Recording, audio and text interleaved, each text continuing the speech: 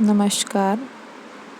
राजकीय स्नातकोत्तर महाविद्यालय 12 की ई क्लासेस में आपका स्वागत है।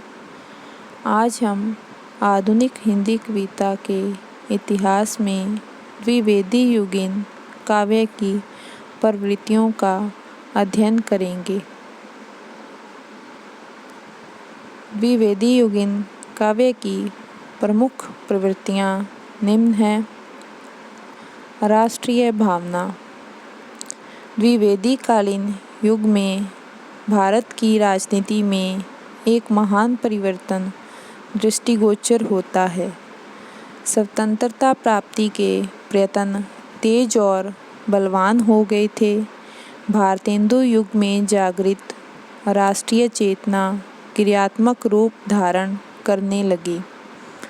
उसका व्यापक प्रभाव साहित्य पर भी पड़ा और कवि समाज राष्ट्र प्रेम का वैतालिक बनकर राष्ट्र प्रेम के गीत गाने लगा। लोक प्रचलित पौराणिक आख्यानों, इतिहास वृत्तों और देश की राजनीतिक घटनाओं में इन्होंने अपने काव्य को विषय वस्तु से सजाया। इन आख्यानों, वृत्तों और घटनाओं के चयन में उपेक्षितों के प्रति सहानुभूति, देशानुराग और सत्ता के विद्रोह का स्वर मुखर है। रूढ़ि विद्रोह। पाश्चात्य शिक्षा के प्रभाव एवं जन जागृति के कारण इस काल के कवि में बौद्धिक जागरण हुआ और वह सांस्कृतिक भावनाओं के मूल सिद्धांतों को प्रकाशित कर बाहरी आडंबरों का विरोध करने लगा। स्त्री शिक्षा, बाल विवाह, अनमेल विवाह, विधवा विवाह, दहेज प्रथा, अंधविश्वास आदि विषयों पर द्विवेदी युग के कवियों ने रचनाएं लिखी हैं।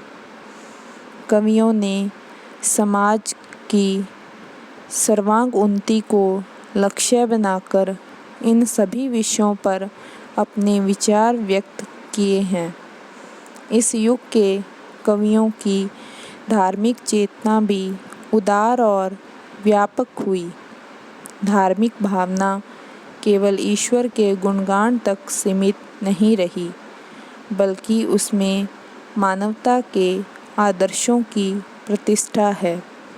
विश्व प्रेम तथा जनसेवा की भावना इस युग की धार्मिक भावना का मुख्य अंग है। मानवतावाद। इस काल का कवि संकीर्णताओं से ऊपर उठ गया था।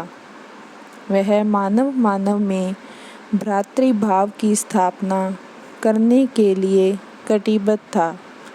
मानवता का मूल्यांकन इस युग के कवियों की प्रखर बुद्धि ने ही किया है। श्रृंगार की जगह आदर्शवादिता। इस युग की कविता प्राचीन सांस्कृतिक आदर्शों से युक्त आदर्शवादी कविता है। इस युग के कवि की चेतना नैतिक आदर्शों का विशेष मान्यता दे रही थी, क्योंकि उन्होंने वीरगाथा काल तथा रीति काल की श्रृंगारिकता के दुष्परिणाम देखे थे।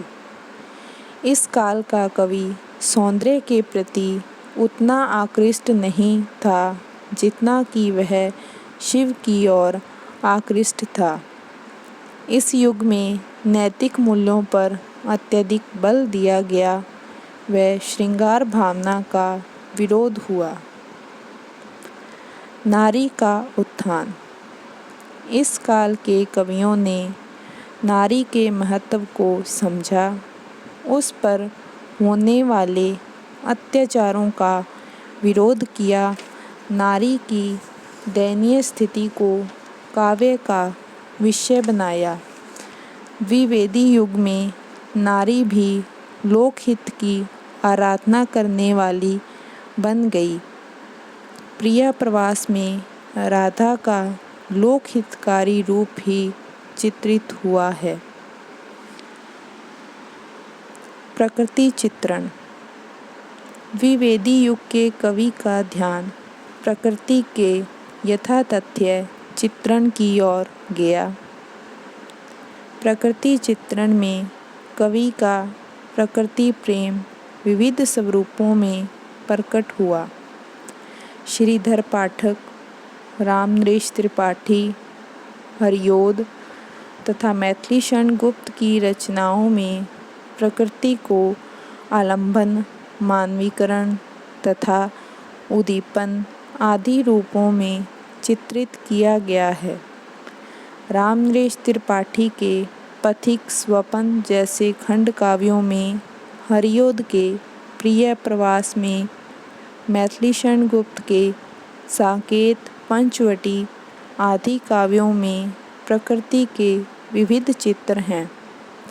अयोध्या सिंह एवं हरिओद व मैथिलीशरण गुप्त जी आदि कवियों की काव्य भूमि ही प्रकृति का स्वच्छंद प्रांगण है।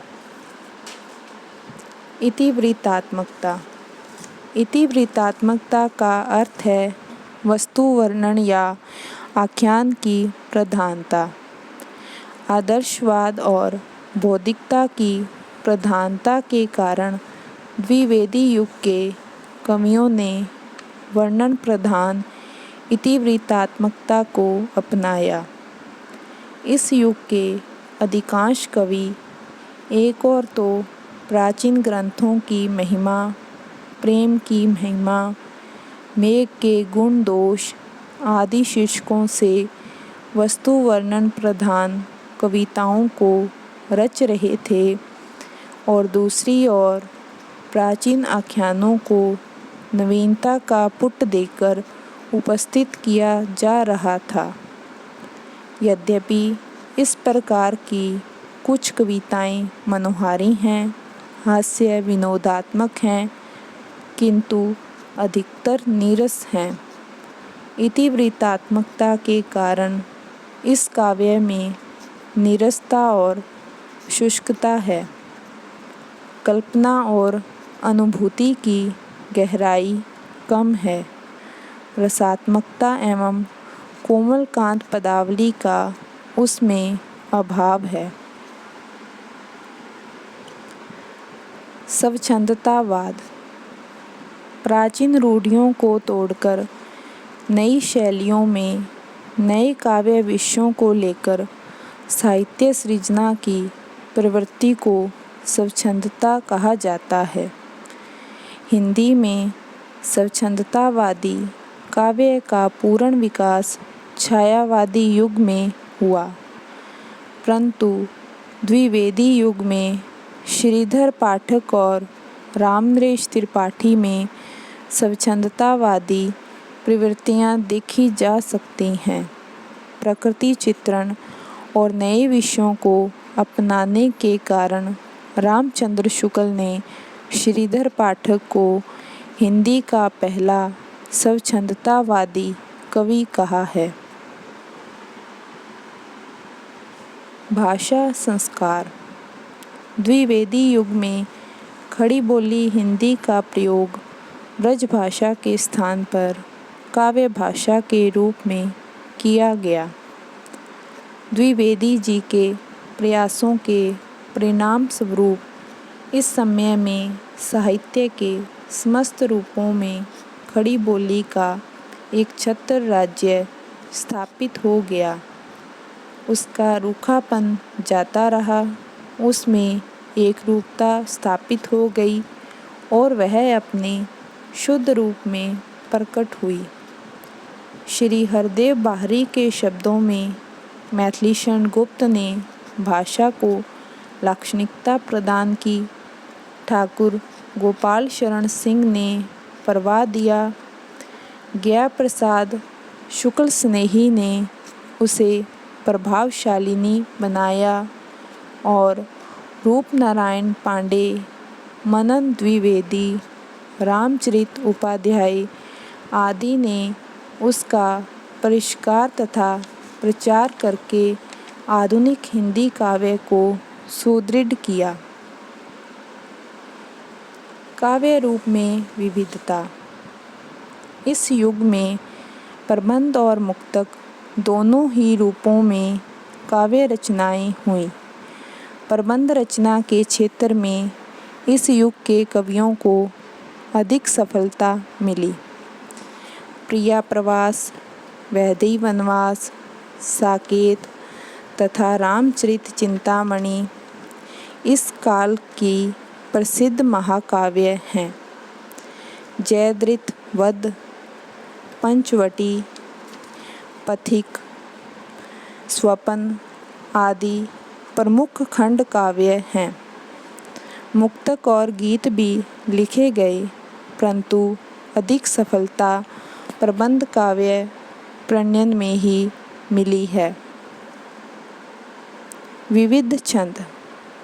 इस कालखंड में विविध छंदों को अपनाने की प्रवृत्ति दृष्टिगोचर होती है। फिर भी पुराने छंदों और मात्रा छंदों की ही प्रधानता रही है।